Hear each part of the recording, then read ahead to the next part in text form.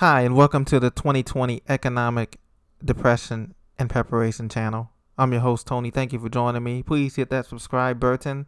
If you haven't subscribed already, we bring you the latest in financial news in the United States and worldwide. Today's topic is coming to us from it's actually a request from one of our viewers and subscribers. And we're going to be talking about, ladies and gentlemen, the loss of white collar jobs in America as a result of this sickness crisis. And as many of you know, we've experienced over 30 million unemployed since the crisis began. Really, the true number is at 60 million people who are unemployed. And the unemployment rate currently is still hovering in the double digits, above 10.5%. Now, many people feel like in the beginning of the pandemic, many people felt as if it's just the blue collar workers that were going to be losing their jobs, and transportation, retail, manufacturing, utilities, etc. But apparently, a lot of white collar jobs have been lost, even though a lot of companies have switched to be working from home and teleworking and all of that in both the public and the private sector. And this is just a sign of things to come. The depression is just beginning, folks. We're just in the first few innings of this depression, the second inning, as I like to call it. And so today I'm going to show you some proof of that today. I want to get right into it today about the white collar job. So let's go to that right now here on the screen. The first thing I want to show you is that from yahoofinance.com, this is just a couple weeks ago, beginning of the month of September. As you know, we're heading in the end of September. Job cuts come for white-collar workers. There are truly no recession-proof occupations. If you remember in the 2008 crisis, white-collar workers weren't as affected by the great financial crisis of 2008, and there were still a few recession-proof occupations back in the 2008 crisis, mainly in healthcare, utilities, government, and international trade features. But now, with this new pandemic, this new crisis, white-collar workers are being hurt. Look at this. Nearly 40% of low-income workers lost their jobs in early March or April as many restaurant stores and tourism hotspots shut down. Over that same period, only 13% of workers earning over $100,000 were laid off. This is according to the Federal Reserve. But as you know, recent job cut announcements by companies indicate that more white-collar jobs are on the cutting block. In a layoff, 16,000 workers will be laid off. As we know, that's been confirmed by United Airlines, Delta Airlines. They're going to be laying off 16,000 workers starting October 1st, which is ironically the beginning of the new fiscal year. That's coming up this week, about before the end of this week. That's going to be happening.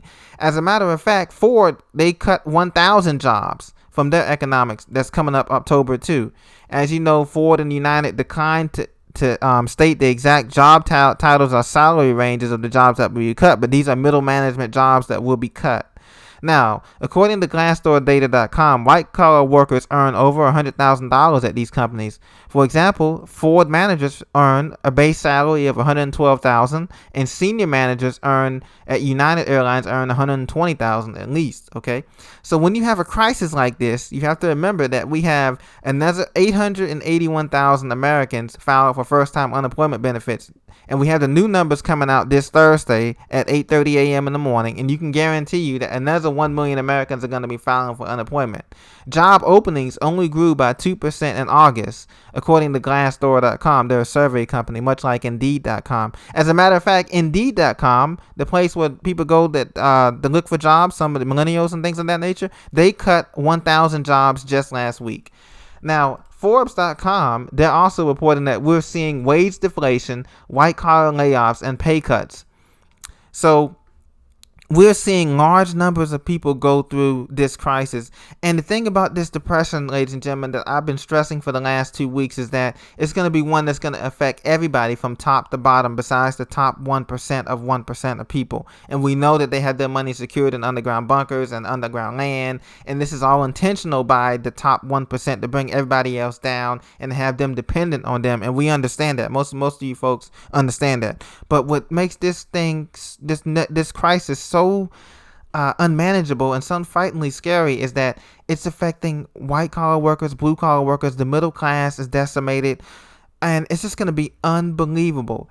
Another report came out saying that 6 million white-collar jobs could be at risk at the second wave of coronavirus layoffs, sickness layoffs. We're at that second wave right now. As we go into fall and winter, we're going to be dealing with not only the flu pandemic, but this sickness pandemic. We're going to be dealing with a major recession, another dip in the stock market, as 35% of economists, 40% of economists now believe that there's going to be another major pullback or correction either before this election or maybe after, just after going into Christmas. And we believe we're going to see that too. But look, 6 million white collar jobs could be at risk. And let's see what's happened here. This is from Axios.com.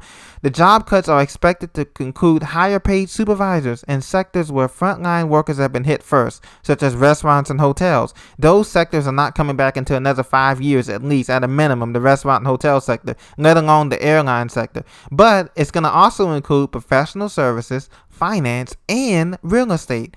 It will get worse before it gets better. White-collar workers will now bear the brunt, says Yolanda Cesarana, a senior U.S. economist at Bloomberg Economics.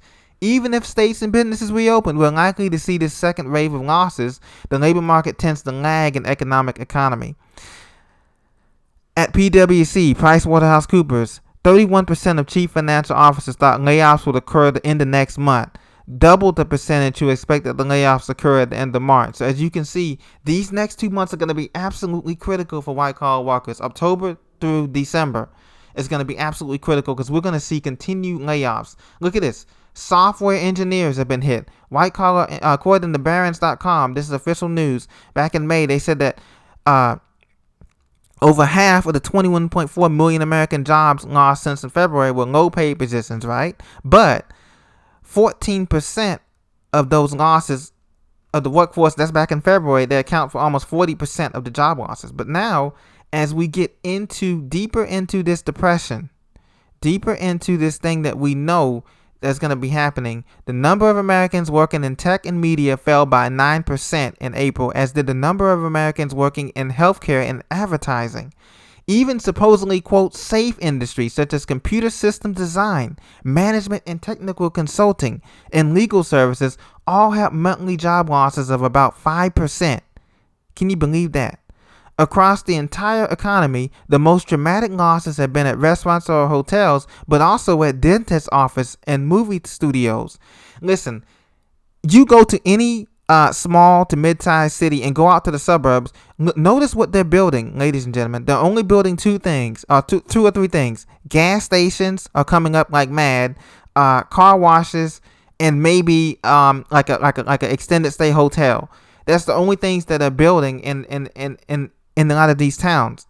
So when you look at it, you say to yourself, wow, of the Americans that have kept their jobs that are white collar, many have experienced 20% cuts in hours in exchange for keeping their job and health benefits. And these are coming from the Bureau of Labor Statistics.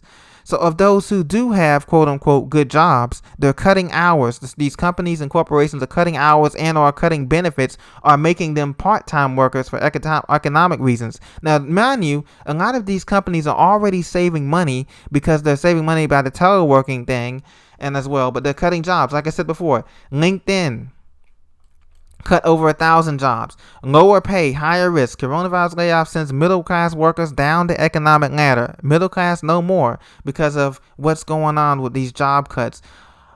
A record number of Californians, more than 8 million, have filed for first-time unemployment claims since March. Wow, that is unbelievable. And matter of fact, Safeway, which is a grocery store out there based in California and other places, I believe, the lady said that the manager said there's so many overqualified people who've lost their jobs applying. I've had people with doctorates and master's degrees applying for this one job. It's astounding. They've had professors coming here applying for jobs at a grocery store in the Bay Area in San Francisco. This is what they're reporting. Folks, and that's why it's so important to have survival skills, to have real tangible skills. The piece of paper, getting degrees and getting money and getting those things are fine.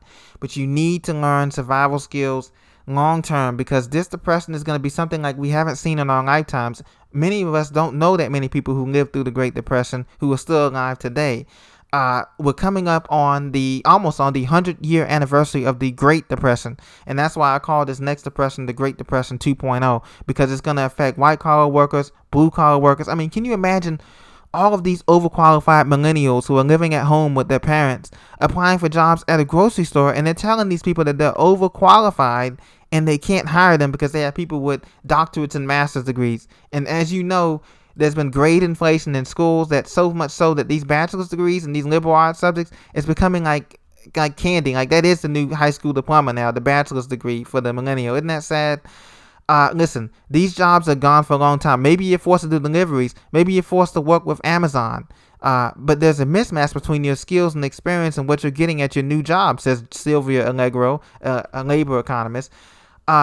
So this is just a microcosm of what's to come, folks. We have 60 million people and climbing of unemployment. I told you the total workforce in the whole country of the United States is at 160 million people, but we already have a third of the workforce not working. We have 60 million people out of the 160 million people who are eligible to work in the United States. And you got to remember, we have a population of the United States right now of 330 million people, okay? Out of that 330 million, only 160 million were working, but now we have 60 million unemployed. So really, we're down to only 100 million people working in some capacity, full-time, part-time, independent contractor, whatever. So that's how things are going to go. And this is going to be a slow drain on the economy. And for the white-collar workers, they're going to continue to see losses through the end of this year. And it's going to be absolutely devastating. These job cuts are going to continue. I expect the job cuts to continue for white collar workers to expand. Next is going to be the financial sector. When the stock market implodes beginning of next year, a lot of these traders are going to be laid off. Stockbroking companies are going to be laying off from these big firms. They're going to experience losses as well. And you've already seen the airlines cut. It's already here. October 1st, they're going to be gone. Flight attendants, pilots, white-collar workers, they're gone. Ford cut 1,000 jobs. LinkedIn cut 1,000 jobs. You name it. We're going to see it all, ladies and gentlemen. So continue to prepare. Continue to make you are your best asset. That's why I always say. And so continue to prepare, ladies and gentlemen, because this is only going to get worse, not just for white-collar workers or blue-collar workers, but for all of America. We must stick together, and we must help each other out in these neighborhoods to survive what is coming. Thank you very much. If you have any questions or comments, please leave them down below. And if you have a video suggestion, I will be sure to feature it next time. Just leave it down there for me, and I'll feature it next time in our comments and everything. I'll get to it next to them. Thank you very much. Have a blessed day. See you next time.